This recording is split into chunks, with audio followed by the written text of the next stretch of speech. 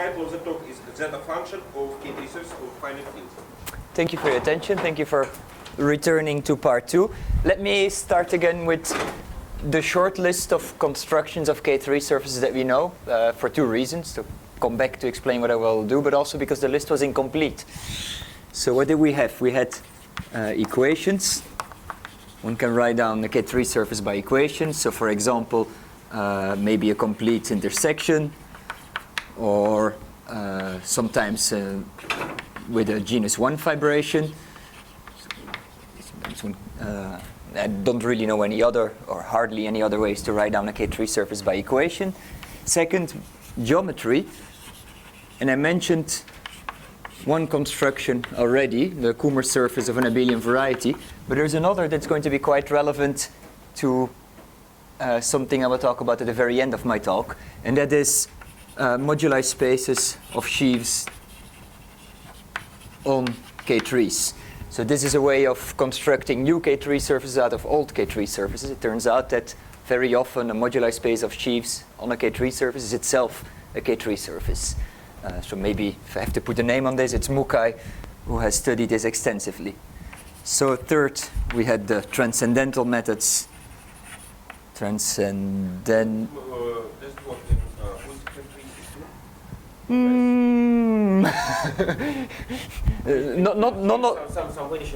Yeah, so certainly none of the theorems in the literature are stated in positive characteristic. But it should work and it should be relevant to what I will say, but let's say almost nothing is known. Transcendental constructions, and well, one is what I talked about yesterday, that one can define a K3 surface by giving its periods. Another was mentioned is there is the twister construction that allows you to produce new holomorphic K3 surface out of a given one again. And then the subject of today, so this is all over the complex numbers, it's over FQ, Honda Tate. Can we somehow prescribe a K3 surface by giving some well numbers, by giving it zeta function or something of similar nature? Okay, so let's talk a bit about this zeta function. So if x over fq is a K3, then its cohomology, let's say with ZL coefficients, looks exactly the way you expect it to look after you've seen the complex picture. So there is a ZL in degree 0, a ZL in degree 4, a ZL to the power 22 in degree 2, and nothing in between or around it. Okay, and the well conjectures, which are a theorem here, which by Deligne, and in fact Deligne first proved the well conjectures for K3 surfaces before proving them for arbitrary varieties, says that Frobenius acts on HI. I'll now just drop all the decorations from the cohomology groups to keep the notation short, so HIQ XQL with eigenvalues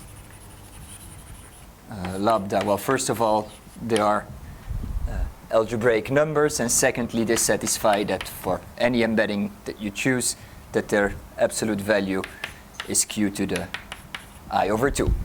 So in our case, it's absolute value equals 1 q or q squared. Okay, so yesterday we had this thing that, say if we have an x over c, that H2 decomposes as an algebraic part, the Néron-Severi group of x, and then direct sum, orthogonal direct sum, the transcendental lattice of x, where this thing is, well, then I should put q coefficients if I want to say direct sum, where this thing is by definition just the orthogonal complement here. Welcome. And in this situation, we have a completely analogous decomposition of H2. So let me write that down as well. So we have H2, X, QL, and I'm going to shift things a bit and say, write QL1 instead of QL. This is just a normalization that will make the eigenvalues of Frobenius to have absolute value 1 instead of Q. Just divide them by Q. Makes the picture a bit more beautiful. So this decomposes as an algebraic part and a transcendental part, where the algebraic part is defined to be that part of the cohomology on which Frobenius acts as a root of unity. After this shift, it acts by something of absolute value 1, and that could be a root of unity. So one way of saying it is it's the union over all n of the invariants under Frobenius. Let me say Frobenius to the n. Everything that's invariant under some power of Frobenius. So that defines H2 algebraic, and then H2 transcendental, you define it to be the orthogonal complement. Okay, so warning, unlike the situation yesterday, first an important fact. So the Tate conjecture predicts that this thing is the same as the Picard group of X, well, tensored with QL. And in fact, I have to be careful now. In almost all cases, this is now a theorem.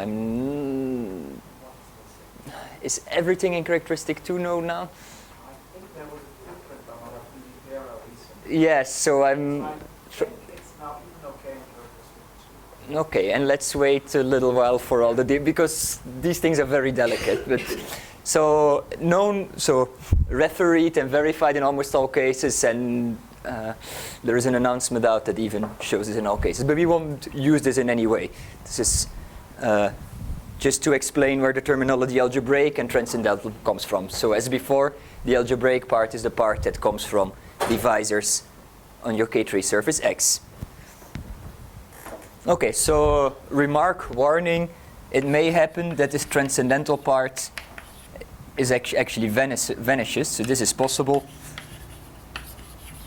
And then you say that a K3 surface is supersingular, and its Picard rank in that case will be 22. These things occur, but they will not occur in my lecture. Whatever I will be saying will be somehow orthogonal to this situation. Somebody earlier was asking, like, oh, you're going to talk about supersingular K3 surfaces? Because in many ways, these are the most interesting in characteristic P. But from this point of view, they're going to be completely uninteresting, and everything will be perpendicular to this. You'll see in a moment why. Okay, so let's move on. We don't need this. The interesting ones because the wedges is large.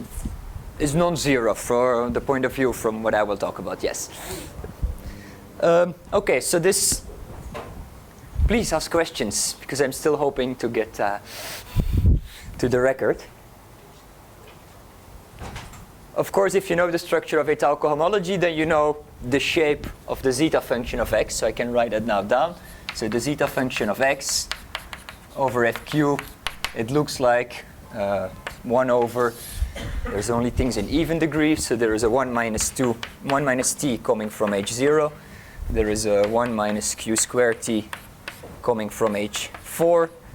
And then from H2 we get 2 parts, and I'll denote them maybe first L algebraic X, comma Qt times L transcendental. I'll maybe drop the X. Let me just write like this, where L algebraic is the kind of, I always say characteristic polynomial, but it's kind of reciprocal characteristic polynomial of Frobenius acting on the H2 algebraic, and the same for transcendental. And this extra factor Q here is to shift back the shift that we put in here. We kind of divided by Q in passing from H2 to this H2 QL1, and now we have to multiply by Q again. So this is purely formal. This is just a consequence of, well, of course the computation of this cohomology is not formal, but once you know this, you know that the zeta function has this shape. Sorry. Yes. Question. Wonderful. What you wrote before. How does this compare with what you were saying yesterday? So if you have a K3 surface defined by cell over Z, Yes. and then you reduce it more to a P so that it happens to be non-singular. Yes. Then what happens the transcendental part can shrink and the Picard part can go bigger. You can have more cycles in characteristic P than in characteristic 0. So this decomposition need not be horizontal, say. It can really, you just think of families. Also in a family, you can have specializations that have a bigger Picard rank, right? So this transcendental thing, even in characteristic 0, is not horizontal in families. Yeah. If you vary the part, there's nothing like semi-continuity or something, just jumping down up high. Yeah.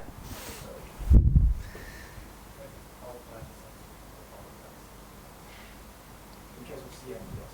Otherwise, I think it's otherwise it's run by the. Okay, so the obvious question is now, let me write it, question, what are the possible ZX?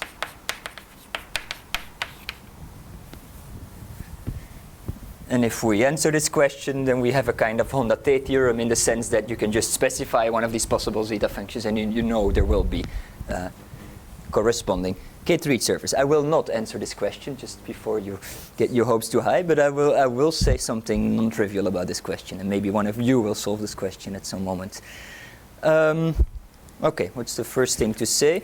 Well, I need a lot of space somehow, but also some space I can reuse. So let me erase this again and try to write very efficiently on this blackboard. So I guess there's two games to play. The first is how much do we know about K3 surface? Everything you know about K3 surface may give you restraints on the zeta function. Like what kind of properties does this have? For example, it must satisfy the well conjectures, or it must have this global shape, but maybe there are more. And then once you have a list of constraints, you have a converse problem, trying to construct one whenever you have something satisfying these constraints. So let me list here. So we have this, okay, first remark. Second remark, I will now focus entirely on this transcendental part. This algebraic part is only coming back all the way at the end of the talk. You will see in a moment why. Main reason is there's not so much I can prove about it. So let me state the list of properties of this transcendental part. Yes? I don't even know what to conjecture in, but I'll come back to this when we're a bit further, when I can make this more precise. So, okay, so here is a long statement.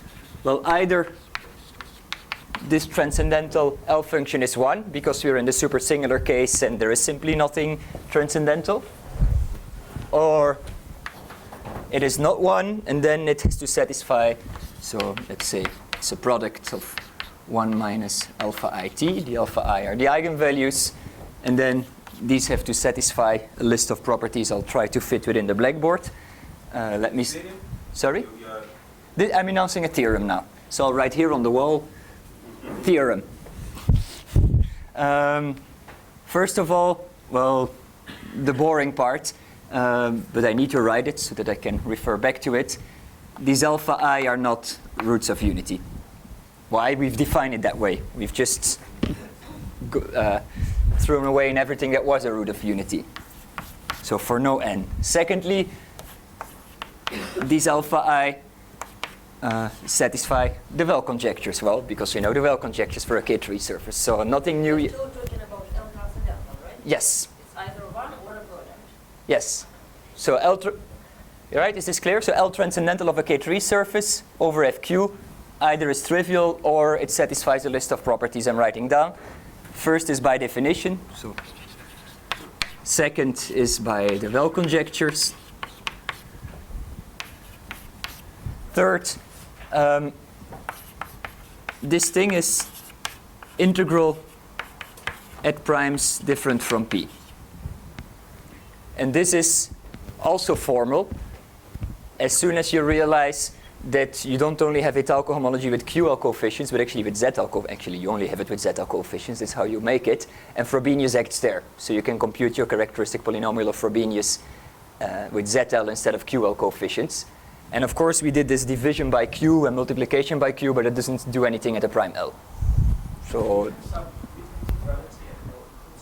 you do have, but it's a weaker form of integrality, and it's coming in a moment. Because you have this shift, this division by Q, you lose something. Okay, so this is formal analytic cohomology, and now come the non-formal things. The Newton polygon of this L at the prime P looks like, let me draw the picture. It has at most 3 slopes. It can have 2 slopes because this thing can have length 0, and it's symmetric. So here we have h, here we have 2d minus h, and here we have 2d. And what do I need to say? Well, d is at most 10, and h is at least 1. So it has this symmetric shape. In particular, this also says that the degree of L has to be even, which is not a hard thing to prove in a different way, but here it is. It has an even degree 2d, at most 20. It could be 22, but then we're in this case. And this thing goes down to the valuation of 1 over q.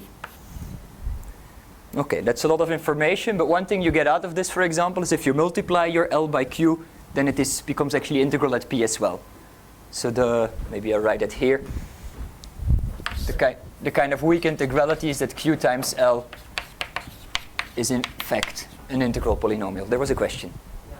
So what is the definition of the Newton polygon? So it looks differently from what we had yesterday in the polygon. No, it only looks differently because by this shift, it's normalized such that it's not upside down. It's just that I actually have denominators. So that's why it goes below the axis. But it's the same definition and the same normalization. But because I did this shift, there actually will be 1 over q's denominator. So you will get negative valuations. Sorry, what was the shift? The shift is the state shift, which divides the eigenvalues by q. So somehow, if you multiply them by q again, you kind of rotate this picture, and then it starts to look like what it looked like yesterday. But it ends up at q to the 2d here. So it really just is look at the valuations of the coefficients of your polynomials and then take the lower convex hull. Same as yesterday. One of the consequences is that the current rank is always even. Yes. Absolutely. Over FQ bar, the geometric Picard rank. Of any K3 surface over a finite field. Because of the transcendental part has even degree, it has to add up to 22, so the algebraic part also has even degree. Yeah. This is So you basically did use it from a property of Zeta function, but it's not so hard to prove. You just have you look at the eigenvalues of Frobenius on the transcendental part. These are not roots of unity, but they have to have absolute value q. So they can't be q or minus q, so they come in complex conjugate pairs, and that's it. But it's a remarkable thing because it means, I really like this. In any characteristic, it means that if you have a K3 surface of FQ bar, you always get one cycle, namely just a hyperplane section, a polarization, and therefore you need to get at least 2. But it's completely mysterious where the second one comes from.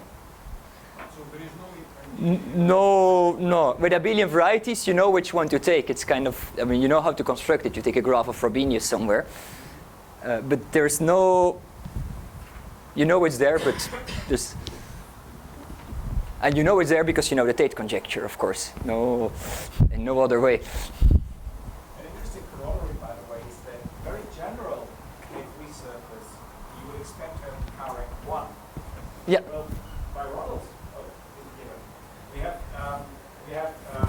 K3 surfaces over Q bar with power rank 1. But by this observation, we don't have K3 surfaces with power rank finite over finite fields. So the general sort of what will happen if I try to take your surface defined over Q bar and take reduction? The Picard rank will go up at any prime. If you have good reduction, it will jump up. If the idea of the proof doesn't become or the proof that uses over one finite field, it's one lattice over another finite field, it's another lattice. let's move on. Because my list is not yet finished. So there's some kind of p-adic property here, and then there is one more half p-adic property. I'm going to squeeze it in. It will not play an important role, but I do want to write it because otherwise the statement is not complete. And that is this L is actually a pure power for Q, some irreducible polynomial. So it cannot be a product of distinct irreducible polynomials. And moreover, Q has a unique factor over QP of slope less than 0.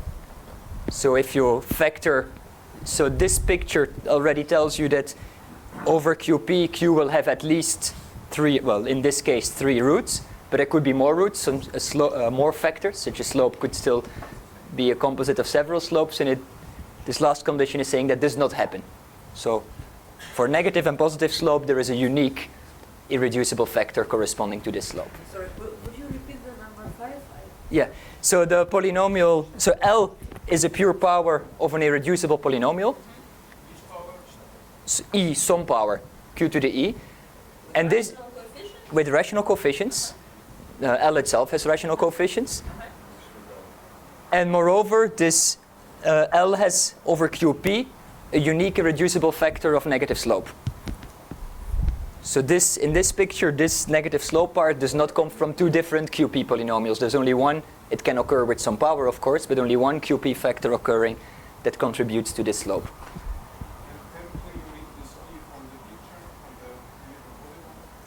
No. Well, you can put constraints. It should be a divisor of the length of this slope. So, for example, if Q equals P, it has to be 1. You can play all kinds of games, but in general, you cannot predict it just from the picture. So this is a long message, but reassurance, it's finished now. There's no more condition 6. What do you mean about this unique negative slope? It means that there's only one or something coefficient. No, not so. Denominators? It means that if you factor over QP, then you get at least, in this picture, you're going to get at least 3 different irreducible factors, because there will have to be some factor of negative slope, some of horizontal slope, and some of positive slope. But it says you don't get more than that. You can get only one irreducible factor of negative slope.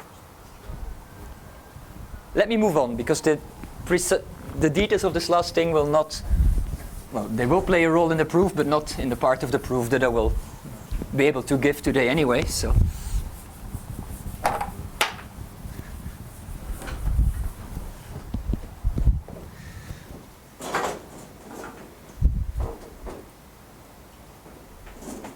Okay, so 2 remarks.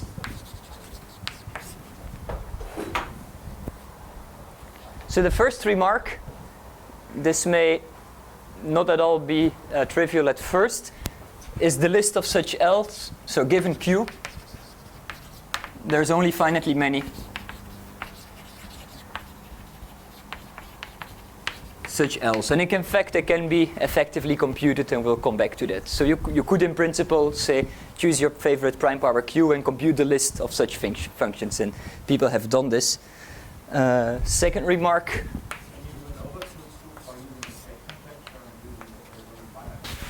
Well, no, because, well, yeah.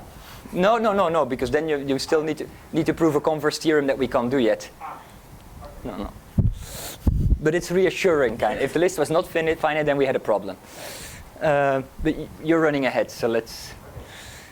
Second, so this mysterious 5th property, there is this irreducibility of Q. And I won't say much about it, but it is related to or analogous to the irreducibility of this T of X as a Hodge structure that we saw yesterday. Yesterday we saw the transcendental part of a K3 surface over the complex numbers is an irreducible Hodge structure. This irreducibility here is some kind of p-adic analog of it. Okay, I should also say the proof of this is due to Artin, Maser, Noriko Yu, and Zheng Daoju, and really uses heavy machinery from p-adic cohomology and the formal Brouwer group. And I'm not going to say anything about it today, but this is just a fact. Okay, so now something new. Conjecture. And you can guess the conjecture. For every, so you fix Q, and then for every L rational polynomial satisfying properties 1 to 5, there exists a K tree X over FQ such that the transcendental part of its L function equals this given L. Now I can come back to your question. You said, what about the algebraic part? I don't know what, certainly I don't know any way of stating a precise conjecture for what possibilities for, let's say, the combination of algebraic and transcendental part occur. This is very complicated and I don't even dare to conjecture anything. So this is why I'm... A couple of restrictions. How many L's in Asymptotics? Oh, this is very hard to say. I don't know. 50,000 for Q equals 2. Yeah, this is hard because this is, I mean, I guess it can be done, but it's the nature of the question is how many totally real polynomials with integral coefficients are there whose roots are in a given bounded interval. And I guess it can be done too, but I haven't done this. Okay, so.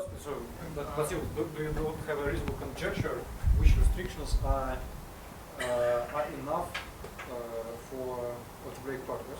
But do you have at least some? Certainly, there's some. I mean, to give you an idea as to that, this is non-trivial.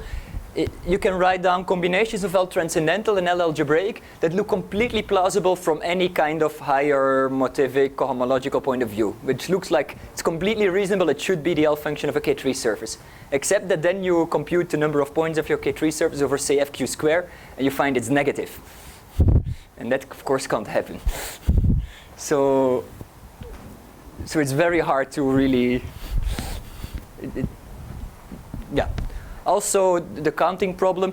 So if you a priori the number of possibilities, if the Picard rank is large, you get a huge number of possibilities. It's a kind of very combinatorial problem for the algebraic part of the L function, and well, too many for them to reasonably occur. But and as you mentioned, you cannot have rank 1. Also. Place where the whole trivial. But let me stick to not saying anything about the algebraic part. Okay, evidence for this conjecture.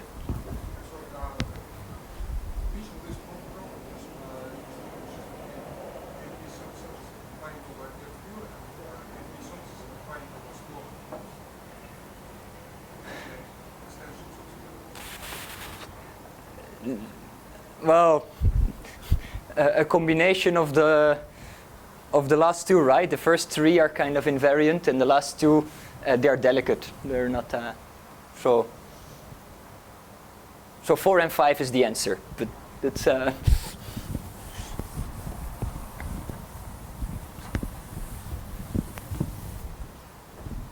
let me see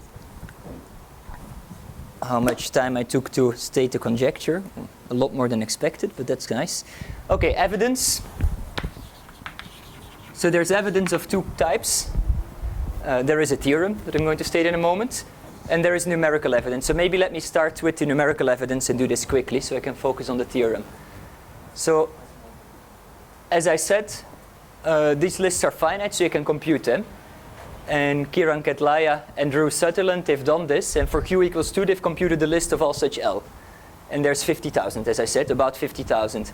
Now you could say, okay, we have this list of 50,000 candidate L functions. All I have to do is find 50,000 K3 surfaces over F2 and match them. The only problem is, you can't write down all K3 surfaces over F2 because some of them are going to live in some P500 or so, and not all of them are complete intersections of low degree. So this is hopeless. You can never hope to find them. But what they did is they said, well, if I look at very special L, degree 20, very strong restrictions, very small discriminant, then you can prove that if they occur as a transcendental L function of some K3 surface over F2, then necessarily that must be a quartic surface. You can almost never prove from structure of the Picard lattice, that K3 surface has to be quartic, but in some very extreme cases you can just do it. So they did this, made a list, and found a list of 1,995 L functions that should occur as the L function of a quartic K3 over F2. But they don't know if there are more L functions occurring as for quartics. No, so that's absolutely not. There definitely are. That you're absolutely sure. But at least of these 1,995, you expect them to occur as a L function. You can test it then. You can expect them to occur. So then all you need to do is go through all the quartic K3 surfaces over F2, compute their zeta function, and see that all of them occur. You ask this to any person in computational number theory or computational geometry, and they will laugh at you. They will say you're crazy because there's 2 to the 19 approximately such surfaces. To compute their zeta function, you have to count points over F2 to the 11. You're not over not just over even characteristic. You are just over F2. F2, absolutely. That over F2 there is 1,995 such candidate things. So most of these? No. This is the order of magnitude. It's a close estimate. Yeah, but this is just 1 million, yes? Sorry? This is just 1 million. Yeah, this is just 1 million, but now it becomes 1 million times counting points over F2 to the 11 on a surface. If you ever try to count points over F2 to the 11 on anything on a computer, you know this cannot be done. Except that Kedlaya and Sutherland, they're so good at these things that they still did it in a massive computation full of smart tricks. So they made a list of all these things, computed all the zeta functions, and they found that all 1,995 do occur. Quite surprisingly. So that's one piece of evidence. Something like generic function, because you don't have any generic for finite number cases, but maybe some of them are much more representative than others. Not that I know. I don't see any reason for that. Well. And also they found that nothing more occurs, yes? No, lots of things more occur because there's. I just said that there is a small list of which you can show that if they occur, they must come from a quartic. But there's no way you can make a bijection. There's no way that you can see from the L function which. There's no if and only if. It's not that you can look at the L function and say, oh, this must be a quartic. Only in some very special cases can you do this. Let me move on and state the theorem. So this was numerical evidence, now somewhat more theoretical. So theorem, first of all there is an assumption. Assume, let me call it SSR, and this is pun unintended, semi-stable reduction. And let me even not define it now because I think Christian will do this anyway. No, property star or something in the lecture of Christian. Let me just say that it's an assumption related to birational geometry in dimension 3 in mixed characteristic, and it's something like an analog and mixed characteristic of the existence of Kulikov models for K3 surfaces in characteristic 0. But the precise statement and status will come in the very long seminar talk we're getting later. So assume this, and let's assume that L satisfies properties 1 to 5. Then I cannot prove that L occurs, but I can prove it occurs after a finite field extension. So in other words, there exists an N and a K3 surface X over FQ to the N such that the L function of X over FQ to the N is, well, not L, but the thing you would expect if you base change from FQ to FQ to the N. So you have to raise all the eigenvalues to the power N. So it's product 1 minus alpha I to the N T, where the alpha i's are, let's say, these ones. Okay, dot, maybe let me stop a moment and ask if it's clear what the statement is.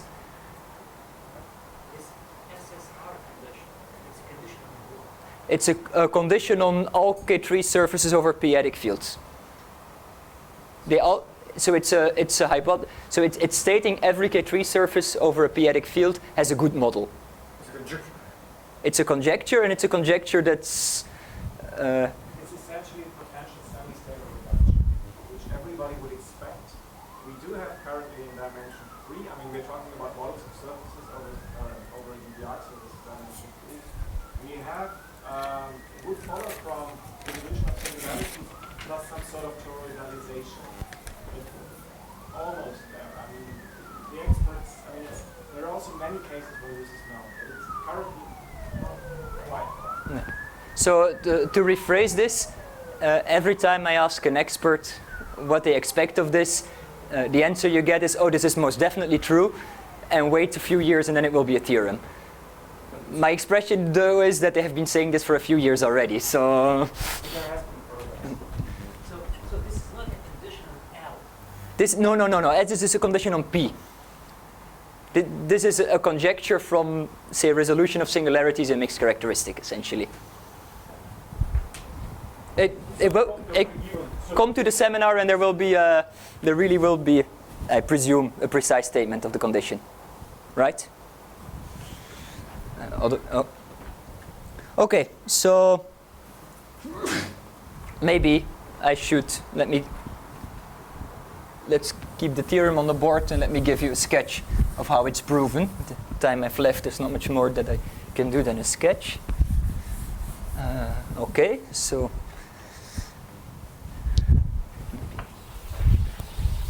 here is how this goes. Sketch of the proof. Very rough sketch. So we are given some L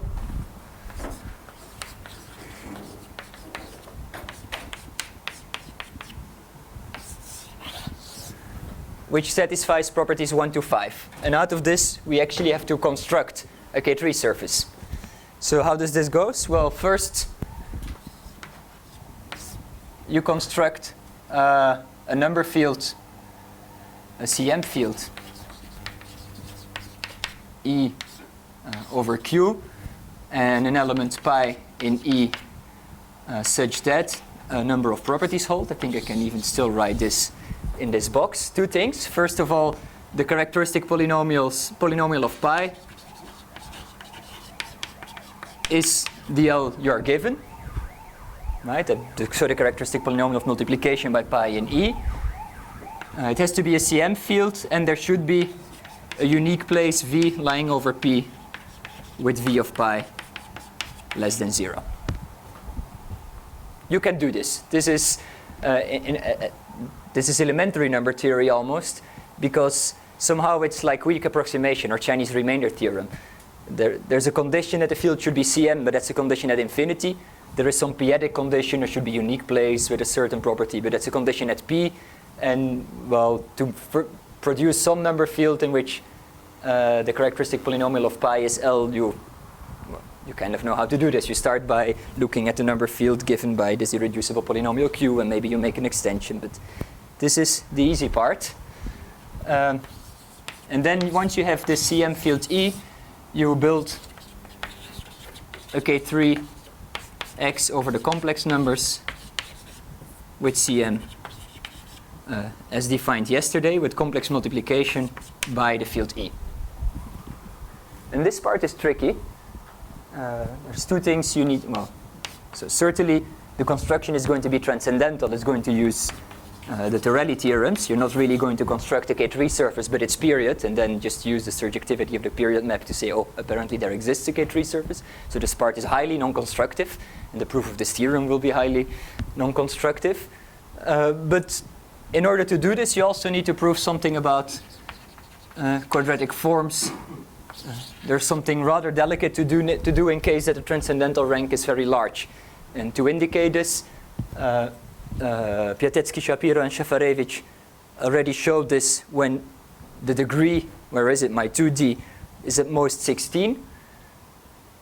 In fact, with hardly any work, you can extend this to degree 18. But to prove it in degree 20, which is possible, it goes up to 20, you really need to do something new. So you really need to prove something on quadratic forms to do that. But once you've done it, you have your X. And now I think I can finish on the board here. Then you use CM theory. So yesterday, I told you that the collection of K3 surfaces over the complex numbers with CM is countable and is kind of defined in an algebraic way. So therefore, they're all defined over Q bar. But CM theory is going to tell you something much more precise than that such a thing is defined over Q bar. It's going to actually give you an explicitly constructed number field over which it's defined and very precise information. So in particular, it's going to give you the following. Let me see if I can write it down precisely. It's going to, so we had our field E. It's going to give you a finite extension F. So we had P and V over here and then a place W over there, plus a model of X over F, such that the action of the absolute Galois group of F at the place W on H2 is unramified. All this you get out of, I say CM theory, but maybe the better thing to say is looking carefully at the relevant Shimura varieties classifying K3 surfaces.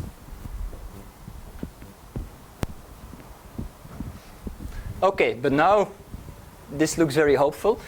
You have, just think it first in terms of elliptic curves. You have an elliptic curve over some, finite extension of QP. You know that the action of Galois at that place is unramified. Then you have Neronov-Shafarevich, and you know you have good reduction, so you can reduce and get an elliptic curve over a finite field. Luckily, Christian Liedtke and Yuya Matsumoto showed some kind of Neronov-Shafarevich criterion for K3 surfaces. It's a bit more delicate, but I don't have to say anything about it because you'll get a talk about it later today. Using this, you can show that X has good reduction. Well, maybe you need to extend your field. Let me ignore that. Let's write it. Potentially good reduction. And so you get some X over some finite field. And then you really, well, you can do all this, but then you have to go through your entire construction again to check very carefully that the thing you produced is not just some random K3 surface, but is the K3 surface with your desired characteristic polynomial of Frobenius and not something completely unrelated. So let me also remark that this thing is where the semi-stable reduction pops in. This result is conditional on a hypothesis that I mentioned, and more will be said about later. Questions about this very brief sketch of the proof? Okay, so a few things. As I said, so the result is weaker than the conjecture. The conjecture asked to do this over FQ itself and not over a finite extension. If you go through this proof, it's not just because of this potential good reduction, but basically in every step of the proof there is an extension of the field hidden. So this strategy will never allow you to prove that you actually get an X over FQ itself. In fact, the X that you produce typically will not be defined over FQ. And you have the same problem if you try to, say, prove Honda-Tate for abelian varieties. You do some general thing again. You first make a complex torus, and then Neronov-Shafarevich you reduce. But the abelian variety that you make will typically be isogenous to the one you want, but itself will not be defined over FQ. So it will be some abelian variety over a Beagle field, isogenous to the one over FQ that you want. Same thing here. The thing you produce, it will be isogenous in a certain sense to the thing you want, but it won't be the thing itself, so you can't hope to prove this one is defined over FQ. So, Wait, can you control this? yes, but the control will be, let's say, of analytic number theory nature. But it's bound. Yeah, but I mean, so theoretically you could do this, but the bound will be in terms of, say, bounds on class numbers and things like that. It's not going to be pretty and it's not going to be small. But doesn't depend on the surface. It will depend on L. And it will be huge. Why not? Why can't we move as I explained to you in the final step, for example? Why can't we? Yeah, but that's the smallest of all. Yeah. But let me actually, I wanted to end with a question and not... yes, please. You mentioned that you start with a polynomial of what degree, which has other properties, more or less, of the same type. Then what fails in this? You have to construct a CM field. And that, right? And that yes. So, good. So the problem kind of, if you now want to go further from FQ to the N to FQ, you need to be able to move around in an isogeny class. And Sergey explained how to do this for abelian varieties. For abelian varieties, it's very easy, because to produce from one abelian variety an isogenously one, all I have to do is divide out by some subgroup. I have a geometric way of doing this.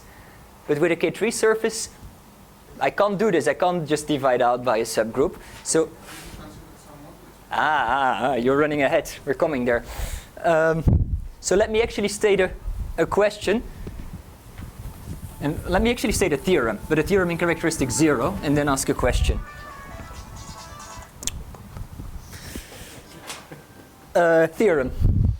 So here is something fun. So let K be now a field, let's say, of finite type. It's actually true without the consumption of finite type, but it's kind of silly then. It's not the correct statement in that case. And of characteristic 0.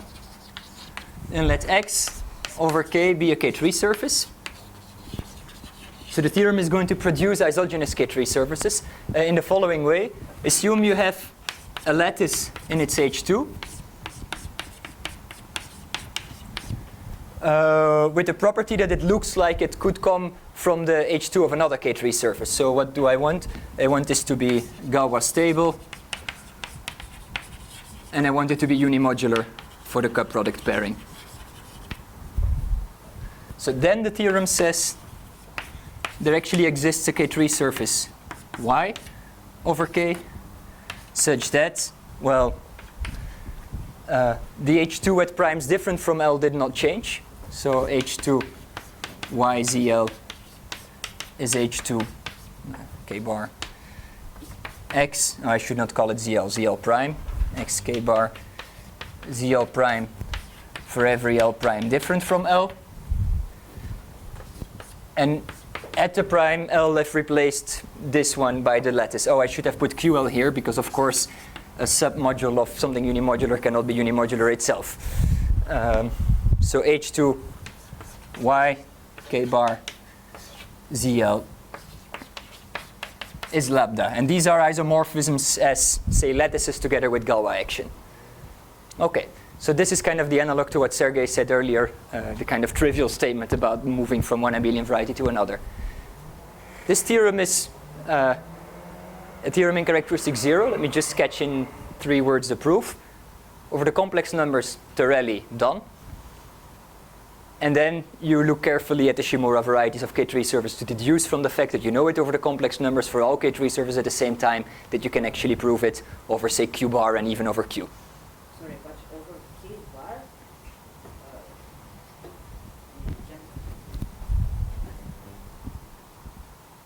don't understand.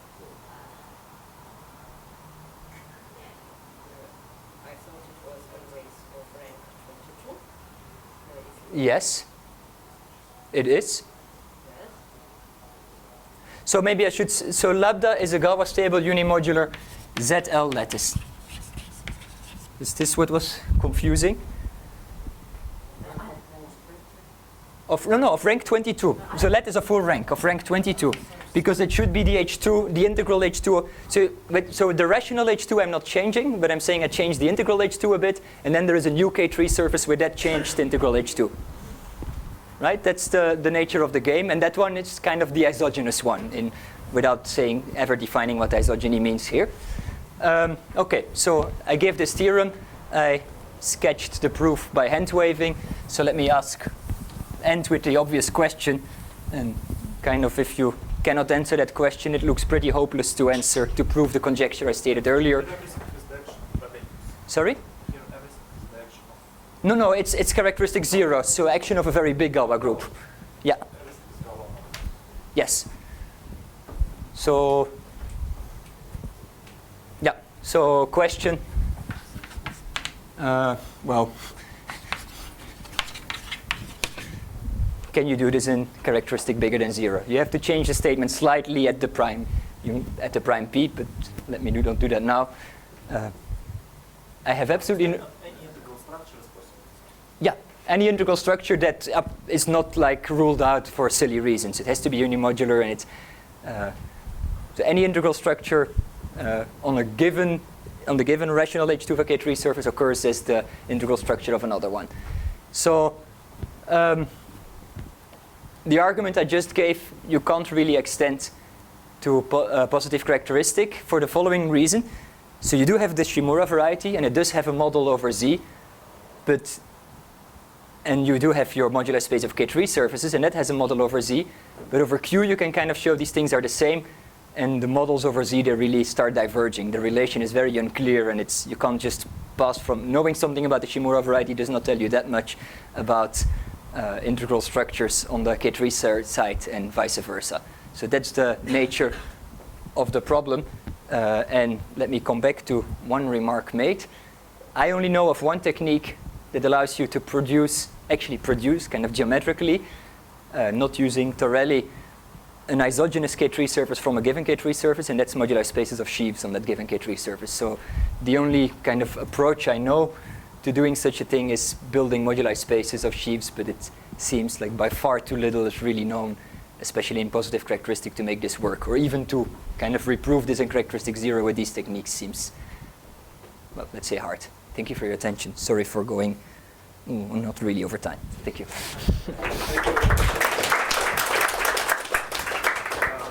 Questions?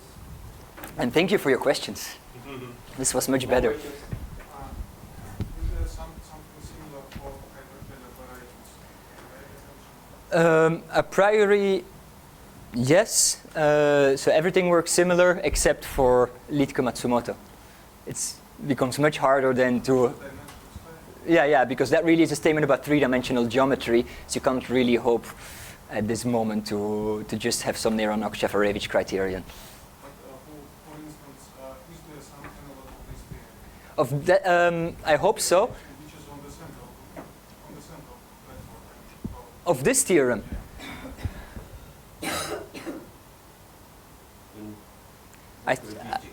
In characteristic zero, right? I see no immediate obstruction. I haven't thought about it, but I see no immediate obstruction. Sorry?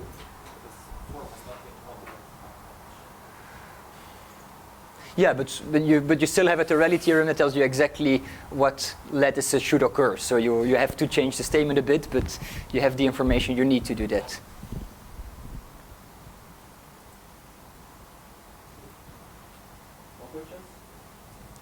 Do you have a single theory about functions for Enrico surfaces? Well, L functions of Enrico surfaces are very boring because everything is algebraic. There's only roots of unity. So in a way, they're very difficult. So I didn't say anything about this algebraic part because it's heavily combinatorial. All these techniques don't tell you anything about it. So it's in a way much more difficult. And yeah, there is nothing transcendental. It's as difficult as the part that you missed here. Yeah. And doesn't the K3 cover help? It's kind of orthogonal to that, right? Because at least certainly I can only tell you something about the transcendental part of the K3 cover, which has no direct relation to the zeta function of the Enrique surface itself. So if it would help, you would have to tell something about the algebraic part of the K3 Absolutely, cover, which yeah. you don't do anyway. Yeah.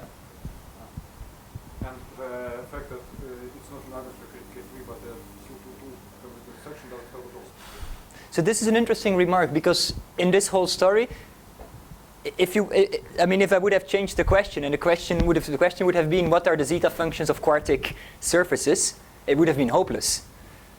It's really because you take all degrees at the same time that you can say something. If you want to filter out those things that occur in a given, say, 222 in P5.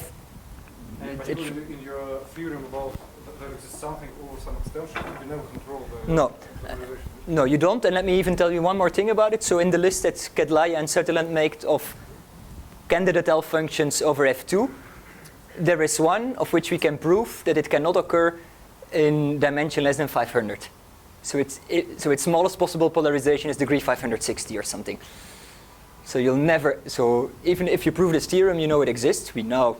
I mean, if you assume semi-stable reduction, you know it exists after finite extension, but you'll never be able to write it down in any explicit way. No, but still, you are able to prove that something is not realized on a quartic and something is not realized on a 2+2. Yeah. So in the negative direction, this is sometimes you can just show that there is not even a vector in the Picard rank of the right length. The problem is that you just is the other way around, that you need to decide when an element of the Picard group is very ample. And that's very hard.